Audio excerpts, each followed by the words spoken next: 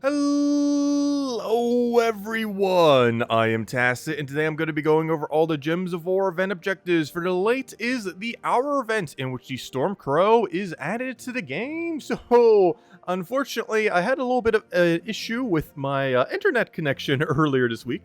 So unfortunately, that made me unable to upload as well as even stream. Biggest issue that ended up happening is it was mostly with the Ethernet cable. For whatever reason, my download speed was working, but not the upload speed, which is needed for posting videos as well as for streaming. For whatever reason, it was like a decimal of even 1 kilobyte per second, which is absurdly low. One workaround I have found for it, oddly enough, is just using the Wi-Fi connection from the same router.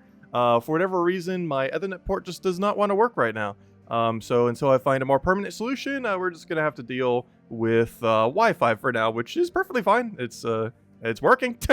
It's the main thing that matters. Anyways, I still wanted to go over everything else that we have going on this week, as we do have quite a few things, as well as being reconfirmed the other day that we do indeed have 3 Vault events coming up over the next 6 weeks or so, with the first one being, of course, as we already kind of knew, this weekend.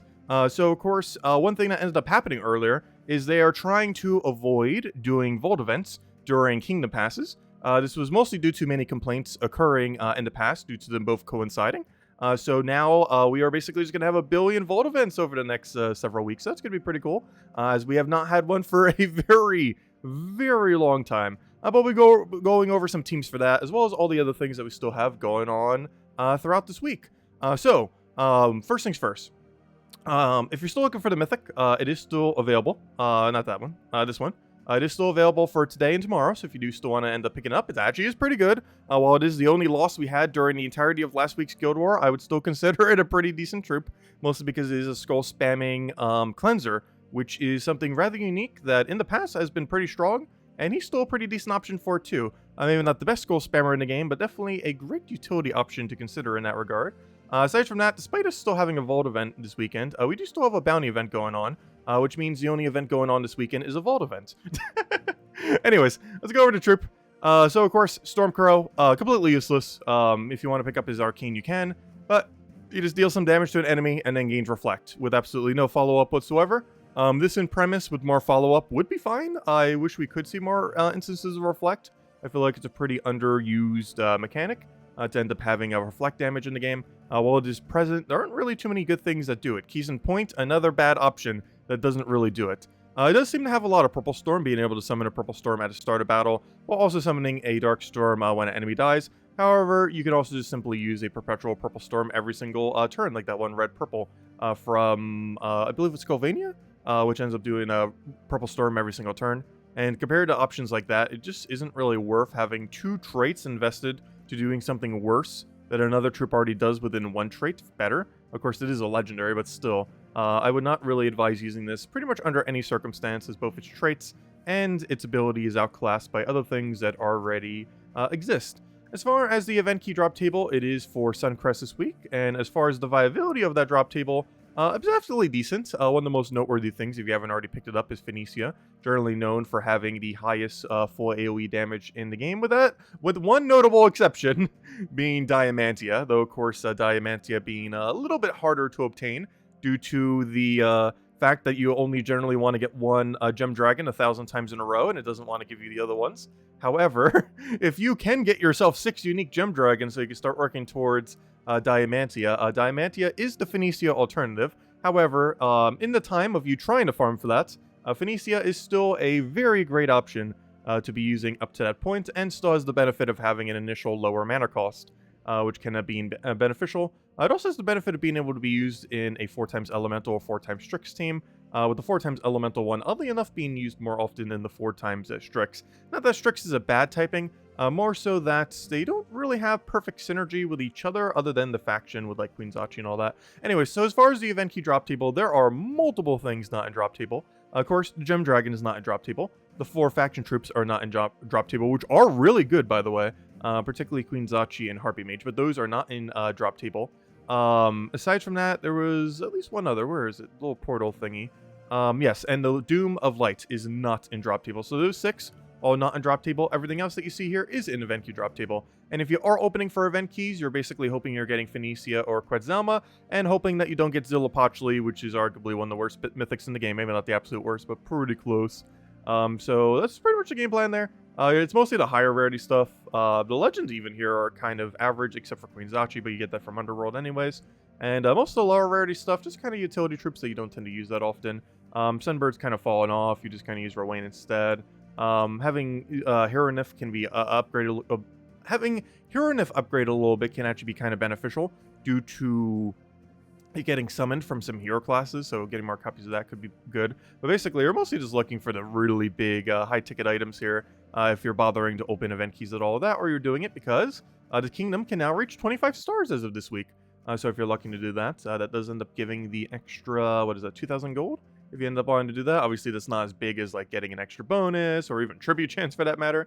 But hey, 2,000 extra gold per day, it adds up over time, that's for sure, especially as you get that on multiple kingdoms.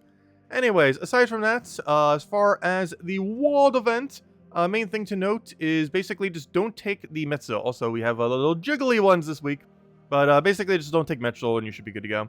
As long as you do that, you should be taking, especially once you get past 31 fights, as long as you don't take that, every single other room will always be worth more of the points. For remaining events, we do have the good old little MOA this week. It's a Strix bonus, so if you want to get that for any kind of additional bonus there, if you don't already have the max, definitely make sure to do so, as it is utilized for some things. It was used for yesterday's faction. That doesn't really help, given that it's a Wednesday event.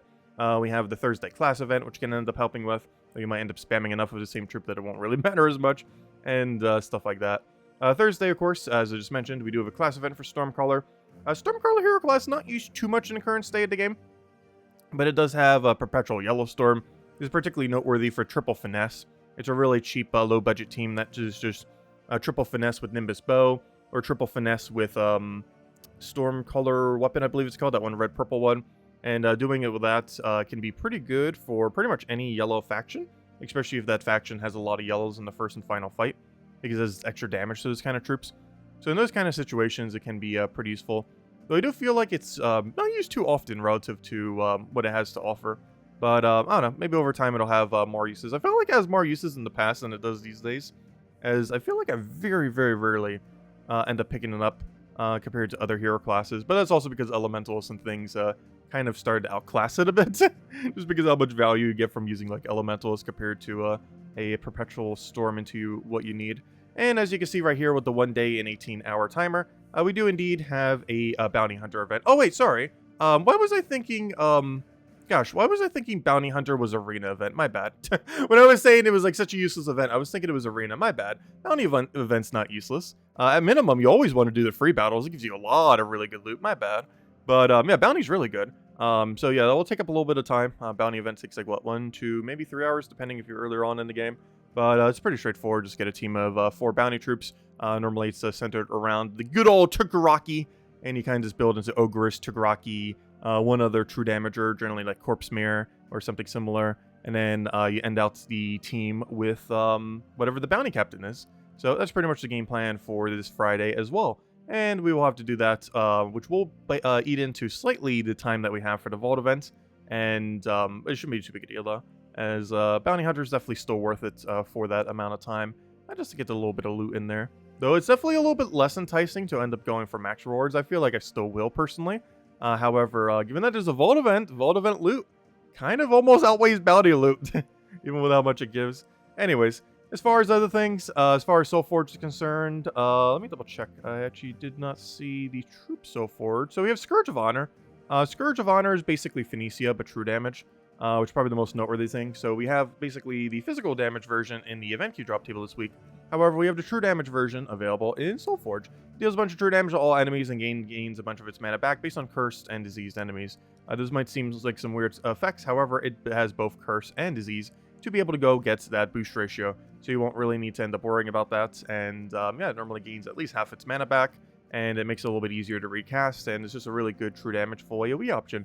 having both a very high number for how much damage he does to all enemies, will also be able to replenish a good number of it. Well, it's not something like board control, and he still ends up ending his turn, unfortunately.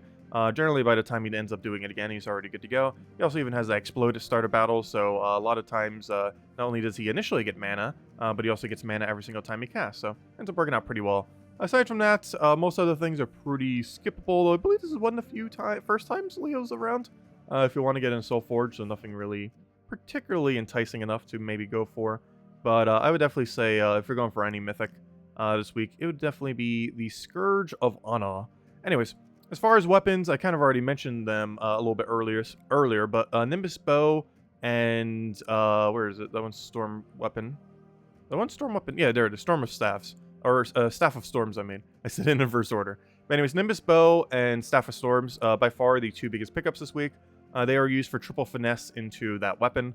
They can also be used in a few other contexts. However, they are primarily used for the triple finesse build, which is actually a really low budget early game team that you can end up building, where, you know, you just use the weapon all the way in the back of triple finesse being in front of it. And the finesses you get just from opening some guild chests. Even just 1 week in a guild, you probably already have enough to have 3 copies of it. And yeah, you just plop it with this weapon, and the only other thing you'd really need to do is go fully trait the finesse, if you don't already. And yeah, so highly advise getting it. Nimbus Bow ends up creating a bunch of mana, boost ratioed by Strix, the most noteworthy one being the yellow that it creates. And Staff of Storms, of course, just has a bunch of summons, and the status effect for all Strix will be in a pretty standard mana accumulating weapon. So you can end up utilizing either or.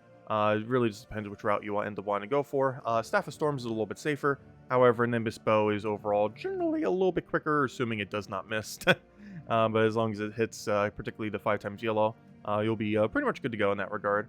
Anyways, aside from that, we do have the Valentine's Day calendar. That one actually just started up today.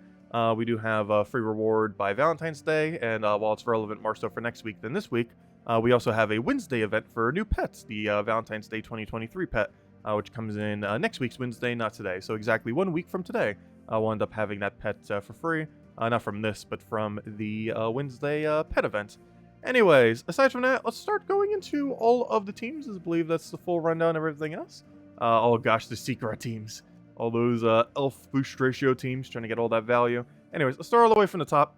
So, world events. Basically, it is a strict restriction. So, we're mostly looking to build around either Queen Zachi, Phoenicia, stuff like that. In this particular situation, we're building around both. And we're just using Staff of Storms for band accumulation, Harpy Mage. Keep in mind, this Harpy Mage might look like it's blocked. However, it is under the category of what I would consider a turn 2 Empower, in that it has 75% mana start. However, Enchant, even if you take 0 mana into it, will be enough for it to gain 100% of its full mana capacity. Meaning that not on turn 1 will it have full mana, but guaranteed on turn 2, assuming you don't get mana drained, you will end up having full mana. So, turn 2 Empower. So you just do whatever on your first turn, cast Harpy Mage, go from there, and that's pretty much the game plan for this team. Similarly, we do actually a somewhat similar mechanic for this build, except we're using a Sunbird to infinitely keep reviving, nice 69, and has a bunch of Brownstorm. Of course, in the other context also has Brownstorm, but in this place, it's a little bit more relevant as we're doubling up on the Queen Zachi. Well, Queen Zachi is a legend. It does have 20% extra bonus this week, and it is considered a faction legend, which is substantially way easier to get than a standard legend, so I do generally consider on the low rarity teams, as all you have to do is just throw a bunch of Chaos Shards into Stonesong Aerie, not to mention Harpy Mage itself is also from Stonesong Aerie, not to mention you could have ran something pretty similar for the faction event yesterday, where you literally just run 1 Harpy Mage into 3 Queen Zachis. Though in this case we offset it with 1 Sunbird, though you can also offset it with Hero, you can also offset it with a 3rd Queen Zachi. One main reason we don't really care too much if Harpy Mage dies is, well, we have a 35% chance to summon a Harpy Mage when doing an extra turn, and this does stack. So if you have 2 of them, that's 2 35%. If you're running 3 of them, that is 3 35%, which is not a 100% chance because they're all 3 individual 35%. However, it is a very high chance that you'll end up resummoning your Harpy Mage if it was to happen to die, as you'll be able to just get it straight back. As far as the Stormcaller class event, we're basically just going all in with the Lyrift just to feed a little bit of yellow mana to our weapon. Though, of course, similarly, you can run almost exactly the same team that we just mentioned as whatever's for Strix. You can also run for that, so you can end up just spamming all into Queen Zachi, Harpy Mage, all that kind of stuff. Though keep in mind, you might not have Enchant for running the event, assuming you're just doing the free battles to get the 30 gems, which is why I didn't end up mentioning it with a Harpy Mage. So for the last two here, I kind of just wanted to mention Vault Team just kind of as a refresher. We haven't had a Vault weekend for what feels like 1,000 years at this point. 2 months, I believe it's been, 2.5, which is a very long time to not have a Vault event. I think it's one of the longest we've ever had without getting a Vault event. But anyways, just kind of as a refresher of how you want to run the Vault event. Ideally, you just want to spam low-level Explore and do it with one of either two teams. If you have it, you want to do a Sister Superior, Dust Devil, and Double Ironhawk. This kills for 25 damage and is very, very, very, very absurdly quick. You generally just cast both of them, and it will kill out the entire enemy team. I say generally because they did add a gnome that has 0 attack, the Dragonite gnome, and due to that, he has very high durability, which means under some circumstances, he might not actually die to 25 damage. However, that's not too big a deal because it's only one gnome, and that one gnome is giving you Dragonite, so you're not really disappointed in seeing it. It might slow you down ever so occasionally here and there, but the fact that you're getting Dragonite in return for it slowing you down is a trade-off that is probably worth it in most situations, assuming you have not finished all the gem dragons yet. Otherwise, yeah, it probably will start getting annoying. But otherwise, its loot's actually pretty good, assuming you haven't finished the gem dragons due to RNG or just not buying a bunch of Dragonite. Anyways, lastly here, we have a low budget team, which is basically any weapon that doesn't block Rowan. In this case, it's Urskia's Shield, though it really doesn't matter as we don't really intend to click it. Though you could go Black Manticore or something similar if you're worried that Rowan won't get full mana. Followed by Rowan, Leprechaun, and Mirage Queen. Mirage Queen is for 50% mana start for the Rowan. Rowan is to win automatically just by clicking a button. Leprechaun is in power turn 1, so you can go click that button unless you have a 4 times or green or blue or better, in which case you want to take that instead to get full mana on Rowan. And as I mentioned, weapon can be anything. You can make it Black Manacle, you can make it any other AoE weapon, you can literally just put anything there that doesn't block Rowan, as generally you're just clicking the Rowan button every single time anyways. And that's pretty much the game plan. You just click Rowan. One nice benefit of this is you can run on a slightly higher Explore. A Rowan can kill up to about Explore 5, 6 or so these days. However, if you're earlier on in the game, you might want to stick to Explore level 1 to 4 or so, whatever you can end up one-shotting up to. Or you can simply just stick to Explore 1 like you would on this one, though one benefit of Rowan is you do generally want to put on a slightly higher difficulty, as long as you can still one-shot whatever that difficulty is. Just be mindful of gnomes that do have higher durability and put that into account. Basically, the best way to test that is see if your Rowan can end up killing a team that ends up having a Dragonite gnome on it. And as long as it can, you're fine. And if you're scared that you won't, then just simply do it at a lower difficulty, or even just simply the lowest possible difficulty, in which case you will definitely 100% have enough damage to end up one-shotting them then. And anyways, that's a full rundown on everything else that we still have going on this week. If you still have any other questions, feel free to leave in the comment section below. But yeah, we finally got the Vault event returning, and a bunch of other Vault events very soon. And with Bounty this week, I guess we'll kind of have a toss-up between those two events. I find it funny that they didn't end up doing the... it's actually really funny, because they basically... Like, the logic behind them not doing a Vault event during a Kingdom Pass is that, aside from people mentioning it, but more so because of the time sync. But due to Bounty Hunter being this weekend, compared to, let's say, what I thought was initially this weekend, and kind of forgot based on how I read it, being like, let's say there was an arena event this weekend. Like, obviously, that's like 0 time cutting into a Vault event. However, something like a Bounty Hunter, that can take some people up to 2 hours. I think I generally get it a little bit closer to an hour, but it's definitely an event that can take closer to 2 hours, especially earlier on in the game. And 2 hours is way longer than like the 30-minute max over the course of 3 days that would end up taking to end up doing the Kingdom Pass, or, just getting your 10 crowns every single time. So Bounty Hunter is effectively cutting into almost double, if not triple, if not quadruple, the amount of time that it would take to do the similar Kingdom event over the same 3 days. So, yeah, that's going to cut into the time a little bit. But still, we're going to be grinding it a lot. We'll actually be doing a stream this Friday and Saturday to power grind on it. Sunday, we'll probably do a little bit of a shorter stream because it's Super Bowl. But we'll still end up grinding it a bunch because, hey, we finally have a Vault event after so long. It's actually the first Vault event since the Orb updates. Can you believe that? This Orb update has been, like, almost 2 months ago. And we have not had a single Vault event since the Orb update, which is really weird because sometimes when they've done that in the past, like had an update where, you'd want to have a Vault event associated to it, they had a Vault event like the following weekend or something similar. But ever since we got all these new orbs, all these precious orbs, many of which some people have not really been able to farm that efficiently due to, Vault event being the best way to get them. But yeah, this is the very first Vault event since the update 2 months ago that made it relevant if there was a Vault event or not. So hopefully you guys will all have good luck in doing that. I definitely highly advise, because the main byproduct of what you get from vault events are, of course, vault keys. And one thing that is really high drop rate in vault keys are orbs. And of course, orbs will be resulting in all of these, as well as all the older orbs, but more notably, orbs of forging, pets of minions, and of course, the things that can actually upgrade mythics, which, gosh, we're going to end up reaching the point where we're going to have every single mythic at bronze level. Never thought I'd see the day. But yeah, these are going to make it absurdly easy. If anything else, we need a system in the game to start upgrading these little guys, so we can make the bronze become silvers, the silvers become gold, and the gold to max out every mythic.